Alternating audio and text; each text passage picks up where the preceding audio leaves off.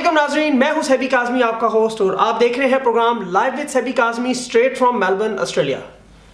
नाज़रीन, ईद पर जो आप अपने टीवी पर या सोशल मीडिया की स्क्रीन पर जो प्रोग्राम एंटरटेनमेंट देखते हैं, उसे आप तक पहुंचाने में कैमरामैन और कैमरा वूमेन का किरदार सबसे अहम है। ये लोग अपनी ईद की खुशियां कुर्बान कर कर फील्ड में गर्मी, सर्दी, बारिश, बहार खज़ां हर किस्म के मौसम में, और अगर वो औरत है तो मर्दों के दरमियान जाकर वो फिल्मिंग करना, वो रिपोर्टें लाना और फिर आपको आपके टीवी स्क्रीन पर दिखाना, ये इंतहाई मुश्किल काम है। इसमें कोई शक नहीं कि उन्हें इस काम के एवज मुआवजा मिलता है। वो मुआवजा तकरीबन ना होने के बराबर है। इसीलिए बड़े बड़े मीडिया हाउसेस में अगर आप देखें तो सेठ साहब के पास तो हर साल नए मॉडल की कार आ जाती है, या इवन कैमरामैन के पास नया कैमरा तो आ जाता है, लेकिन उसके बच्चों के स्कूल की फीस टाइम पर अदा नहीं होती। अगर हम कैमरामैन, टेक्नीशियन और इस इदारे से और या इस काम से मुंसलिक तमाम लोगों के मसाइल पर एक किताब लिखें तो यकीन जाने वो बहुत बड़ी और बहुत महंगी किताब छपे। लेकिन हम इस प्रोग्राम में सिर्फ लाइट टॉपिक्स पे आज बात करते हैं, क्योंकि ईद का मौका है। तो हम इस ईद के मौके पर उन कैमरामैन और कैमरा वूमेन पर थोड़ा सा छोटा सा जो हमने एक पैकेज बनाया है, आपको पहले वो दिखाते हैं कि वो किस तरह से अपने ये काम अंजाम देते हैं, और फिर हम आपकी मुलाकात आज की मेहमान क्रेन गर्ल इज़रा खान से मुलाकात करवाते हैं और उनसे बात करते हैं कि उनकी ईद और ये किस तरह गुजरी, और छोटी सी लाइट सी गुफ्तगू करते हैं। मेरे साथ रहें, एक पैकेज देखते हैं और उसके बाद इज़रा से बात करते हैं। मिलते हैं एक छोटी सी ब्रेक के बाद। यहाँ पर फैमिलीज अभी तक नहीं पहुंची। यहाँ पर मर्द हजरात की तादाद ज़्यादा दिखाई दे रही है, फैमिलीज यहाँ पर कम पहुंच चुकी हैं।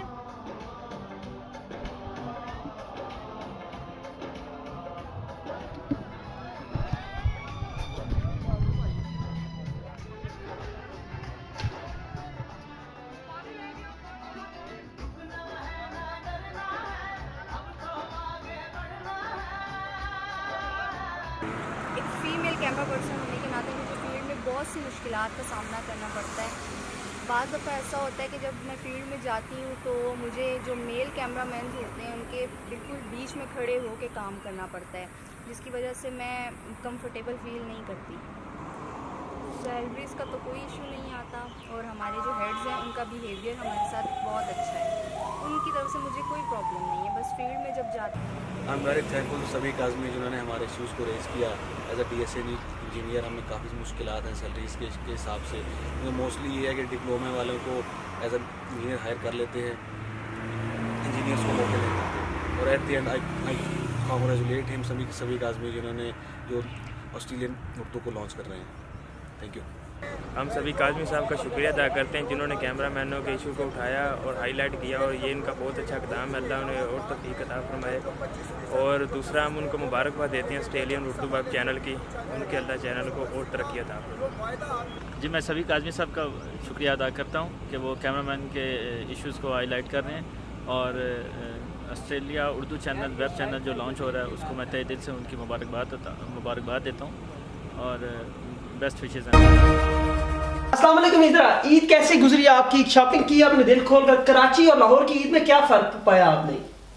काज़मी साहब, अल्लाह का शुक्र है कि ईद की तैयारियां भरपूर तरीके से जारी रहता है। तो मेरी भी बहुत सारी चीज़ें रह गई हैं ख़वातीन की तरह, जो हमेशा एंड टाइम पे रह ही जाती हैं।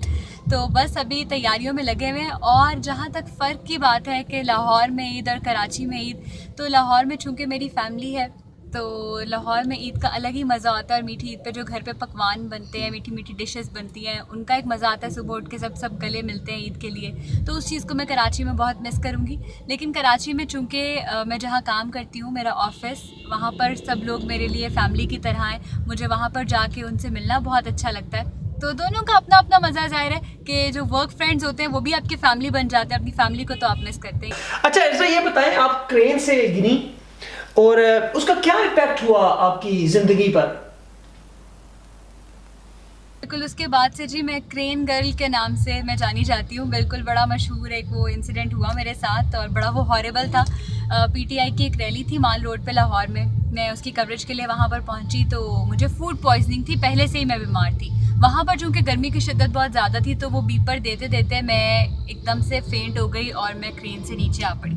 तो वो उसके बाद वीडियो बहुत वायरल हो गई सोशल मीडिया पर, और बस क्रेन गर्ल का टाइटल मिल गया मुझे, और लोग ये समझे उस वक्त कि मैं मर गई हूँ। लेकिन बाद में फिर मैंने एक वीडियो बना के क्लैरिफाई किया कि मैं ज़िंदा हूँ, और वो एक पुरानी वीडियो है। आपको मतलब वो याद कराते हैं, इसका इम्पैक्ट आपकी अपनी ज़िंदगी पर क्या पड़ा? इम्पैक्ट ये है कि मुझे इंडिया से बहुत सारे मैसेजेस आते हैं अब। वो इंडिया में ज़्यादा वायरल हो गई थी क्योंकि उनके चैनल्स ने वो ज़्यादा चलाई थी। उन्हें लगा कि मैं वाकई मर गई हूँ, तो उन्होंने मेरे मरने की न्यूज़ बहुत ज़्यादा चलाई थी कि एक लड़की देखें क्रेन से गिर के मर गई। तो इम्पैक्ट ये हुआ कि मैं इंडिया में बहुत ज़्यादा फेमस हो गई और साथ में ये कि जब भी मुझसे कोई मिलता है तो वो मुझे एंकर के तौर पे बाद में जानता है, पहले मुझसे ये पूछता है कि आप वही है ना जो क्रेन से गिरी थी। तो फिर मुझे होता है यार मेरी एक और भी तो पहचान है। आप न्यूज़ पढ़ती हैं, किस सियासतदान को आप पसंद करती हैं ज़्यादा? न्यूज़ पढ़ने में ज़्यादा मज़ा आता है जिसका? अच्छा काज़मी साहब, ऐसा है कि मैं बड़ी समझ लें कि अनबायस्ड हूँ इस पॉलिटिकल मामले में। मुझे लगता है कि हमारे पास इस वक्त कोई भी एक परफेक्ट लीडर मौजूद नहीं है, सब में कुछ ना कुछ खामियां हैं। लेकिन हाँ, इमरान खान की कुछ ऐसी चीज़ें हैं जो मुझे पसंद आती हैं और कुछ ऐसी चीज़ें हैं जो मुझे पसंद नहीं आती हैं। थोड़ा इख्तलाफ मेरा इमरान खान के साथ ज़रा ज़्यादा है। और जब मैं पढ़ती हूँ ख़बरें जरदारी साहब की तो मुझे बड़ा मज़ा आता है क्योंकि एक वो इंटरेस्टिंग कैरेक्टर भी है। मुझे लगता है कि वो एक सियासतदान बहुत बड़े हैं, तो जरदारी साहब की खबरें पढ़ के मुझे बहुत मज़ा आता है। और नवाज शरीफ साहब की तो बात ही क्या करनी है, वो तो बहुत पीछे रह जाते हैं कई दौर में। अच्छा ये बताएं कि न्यूज़ के दौरान कोई ऐसा नाकाबिले फरामोश वाक़या जो आप कभी भूल ना सकी हो? हाँ, एक और वाक़या है, वो थोड़ा सा एक्चुअली ट्रैजिक वाक़या है। वो ये कि एक बच्चा था, मैं अपने जो प्रीवियस चैनल पे काम करी थी, तो वो बिल्कुल एक न्यू बॉर्न बेबी था, बहुत छोटा बच्चा था। उसके वालिदैन की लड़ाई हो गई और उन्होंने वो बच्चा सड़क पे फेंक दिया।